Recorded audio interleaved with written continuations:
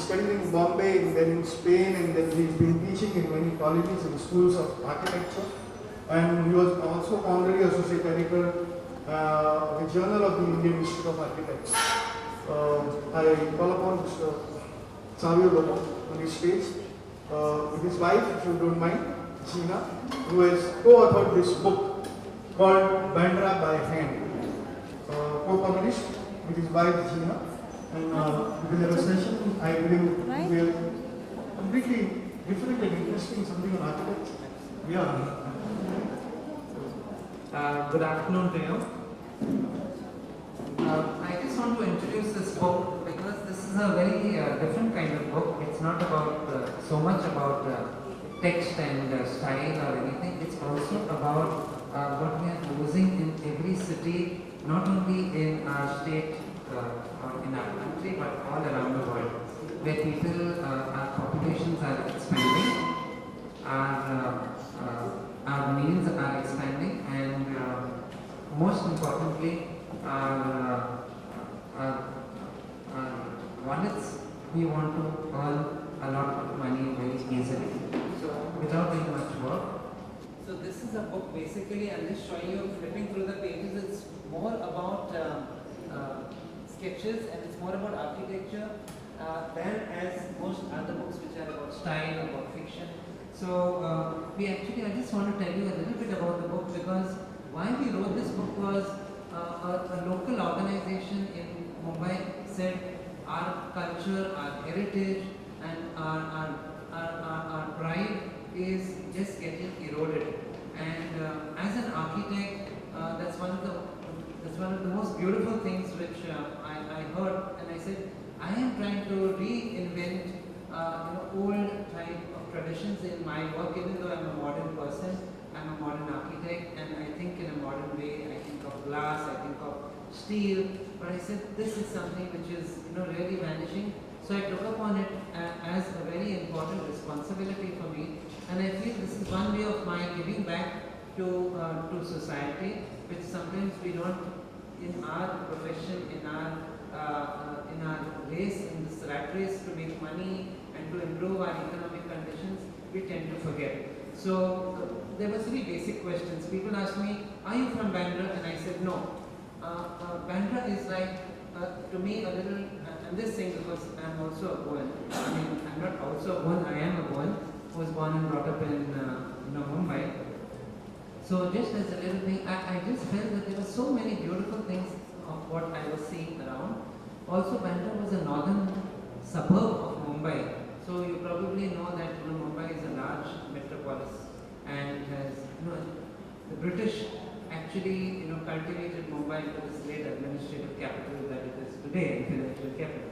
And a lot of people have done a lot of research on Mumbai, and when I went to setting aside times to try and research about Bandra, nobody seemed to have maps, nobody seemed to have books, nobody seemed to have any recorded information. So this is actually a very different type of book, because as an author, the first thing you do is you go to a publisher, or a publisher comes to you and says, this is something which you have to do. And it's a very private project. You go to the hills, or you go to a mountain area, and you cocoon yourself, and you don't want to be disturbed by people while you write. At least that's the notion of a writer. But here I was knocking on people's doors. Everybody whoever I could get in touch with, I said, I am doing this book. And actually the reason why I'm here is because I came a couple of months ago to the International Center in Goa, and I said, I want to do something like this for Goa. And they said, well, this, that, how the bureaucracy works, and not only in the government but even in institutions such as this. They said, we'll have to see whether this is a good slot for you and whatever. Until a few weeks ago, I was not scheduled for this. So the very fact that I'm here, I thank them that they had some little vision, as much as I think they should share with me. And here I am giving a little presentation on this. So without much further ado, I'm going to just So this is a little map. I've done all the illustrations myself, not from photographs, but actually taking time off sitting on streets and sketching like it.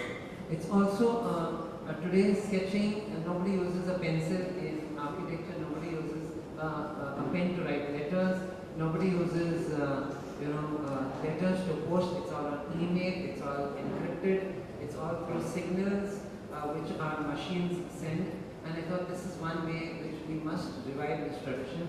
And this whole synchronic, the beautiful aspect of our own creation of humanity, where we can synchronize our mind, our eyes, and our motory movements of the hand. Yeah, all on a little compact paper, which is our sketchbook. So this is a little map of Bandra. This side is north, and it's like a little peninsula like India, and it has the sea and a little creek. And this is what you don't see normally in plans and whatever. So they are it has two little hills, and one is called Bandra Hill, the other is called Pani Hill.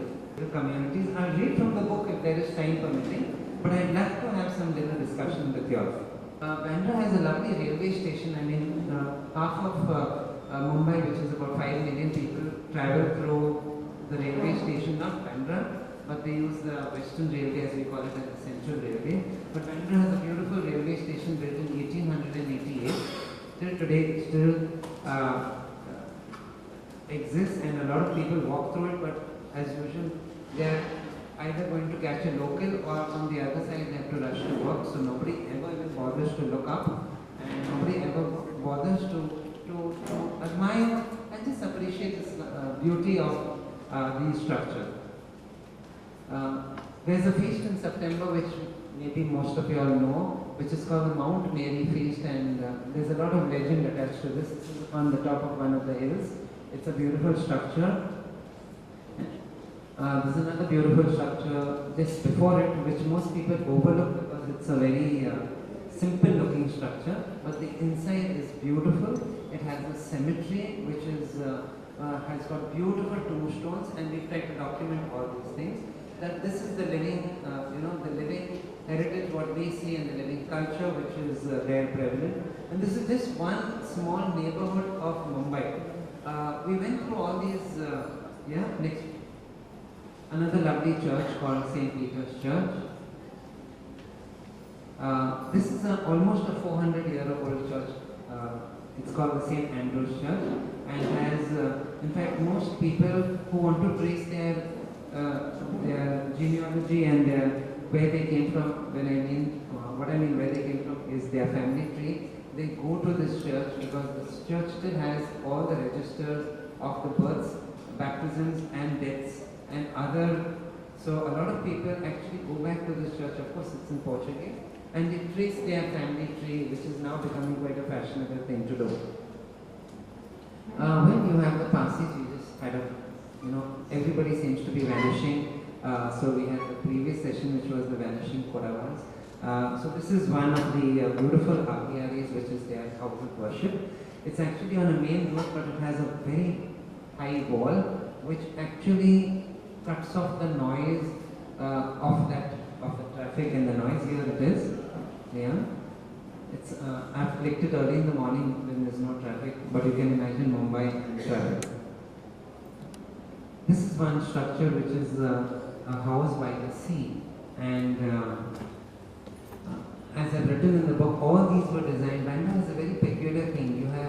You have the sea, you have the hills on the top, you have the villages, and you have the new houses which are also outside these villages, and they are all such an eclectic and psychedelic mix of everything. I have tried to make this book very, very easy to comprehend and understand, so that even the uninitiated, so-called, there's no much of technical jargon in this.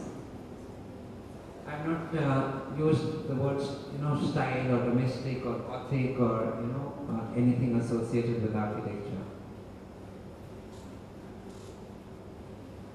The highlight of this book is that we actually went inside everybody's home and actually introduced ourselves and told them exactly what we were going to do. Some of them slammed the door on our face, some of them opened not only the doors but also opened their hearts, and we've interviewed over 300 people, in this entire project as part of an oral history project. So this book is just the beginning of something which we hope to do.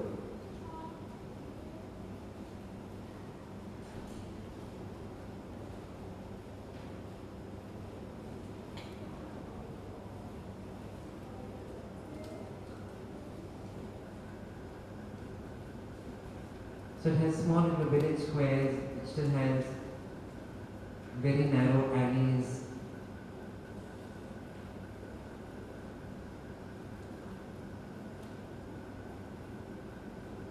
The same St. Andrew's Church lit at night, which looks very spectacular. People still, revere the crosses which they have. There are over 150 crosses, still in this small little location in Bandra. So you can imagine of different types.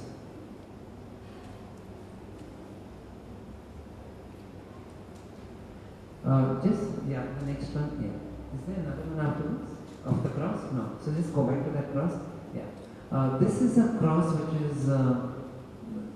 which has a lot of history attached to it. And it's mounted on a pedestal which is almost 10 feet height, and by itself it's a single piece of stone. And in it is documented the actual, what we call the Passion of Christ, which are the stations of the cross in the Catholic religion. And it is the only surviving artifact, if I would call it. It's not an artifact to me; it's a structure which has so much of great relevance. Which survives, which used to be one of the first points of, the Jesuits coming into Bandra. They formed the seminary, like you have the Rashol Cemetery and seminary in Goa, and the others. This is one of the oldest actual documented parts, which unfortunately now has got erased, and there is a BHT bus station which lies on this exact site. So, we've totally erased that, the landing of these people and the flourishing of this convent and the seminary. And once upon a time, Bandra was disconnected from Mumbai, the 7 islands which make up Mumbai today. There was a ferry which actually used to come from a place which is just before Bandra called Mahim. And it was only in the late 19th century that they made a ferry, a bridge called the Mahim Bridge, which is we call the Mahim Causeway. Yeah. So this is that lovely pedestal, which is, so fantastic, which holds this cross. But unfortunately, this cross does not seem to be in a location where people actually go and revere it for its significance. That's Then the different parts of the building, we try to analyze the staircases. Next, please. The connection between the top and the bottom. The element of surprise, the colors, lovely verandas, which still exist till today. These fascia boards, what we call pani pattis, with some patterns, flooring, the type of construction. So this is actually a little bit of a revelation.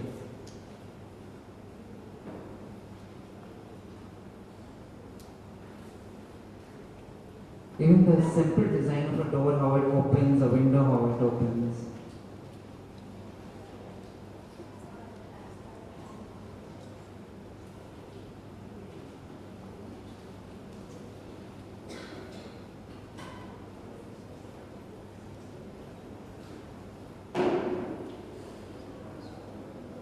The roof constructions.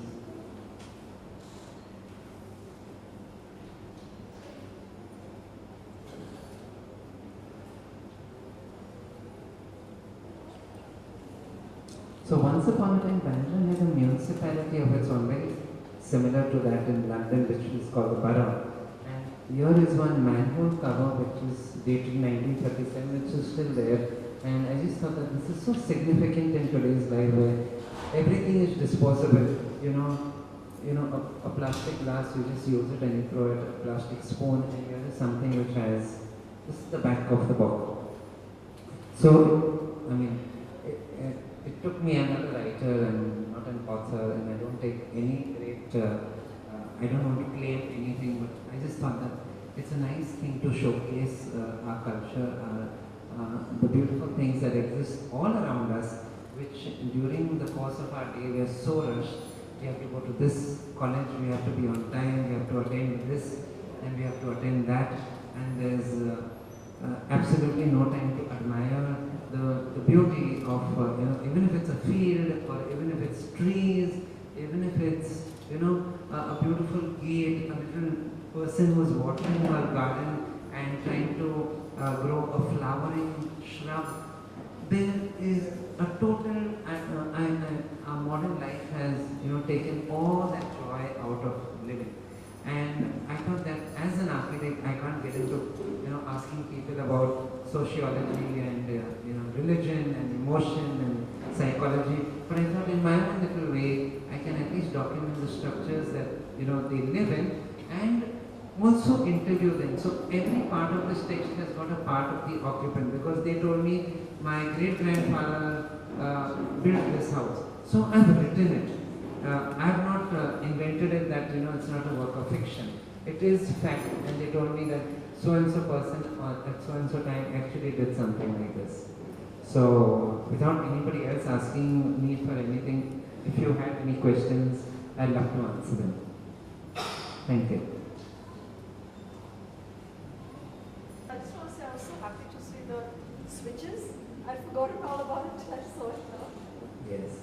And you see that even in today's life, I mean, even if you do your bathroom or you do your kitchen counter in one stone or in one tile, after 1 month, suppose there's a crack or it is damaged, you go back to that same shop and you ask for that same tile, you're not going to get it because it's gone. Somebody else, a new pattern has come, a new style has come, and nothing, as I say, is of any permanent value today. And as an architect, I'm really shocked because Winston Churchill said, our environment, we shape our environment through our buildings and through whatever we make, and then after that, the environment shapes us. And we are, as I was just talking to somebody over lunch today, I said the house, the environment, the country, the state we live in is a perfect reflection of who we are as a society, and if we are not clean on the outside, it means we are not clean on the inside. And I look at it in a bit of a clinical manner, as like a doctor, how he feels your pulse or looks in your eye, asks you to open your mouth and see your tongue. I look at people's houses as a very clinical thing. So if I say a house is not color coordinated, not that it matters in terms of style or anything or fashion, I know the character and the personality of that person or the occupant. So I have evolved a style of my own, like how we talk to one another. We know this person is a nice person to talk to. So I'm always trying to analyze, I'm always trying to understand how people live, because today everybody's talking about vanishing, but there's a new thing always evolving. So out of something which vanishes, there's always something which newly evolves, and I hope that that new thing which evolves is something which is good for us, which we should not ever, be not proud of. So that is my basic thing, and we are trying to do something here in Goa, we are trying to do something in Tamil Nadu, we are trying to do something all across, because this project is, just the beginning. So we are really happy that we are doing something like this. No, Savio, first of all, thank you very much. I'm extremely sorry because we couldn't give you much time for your session.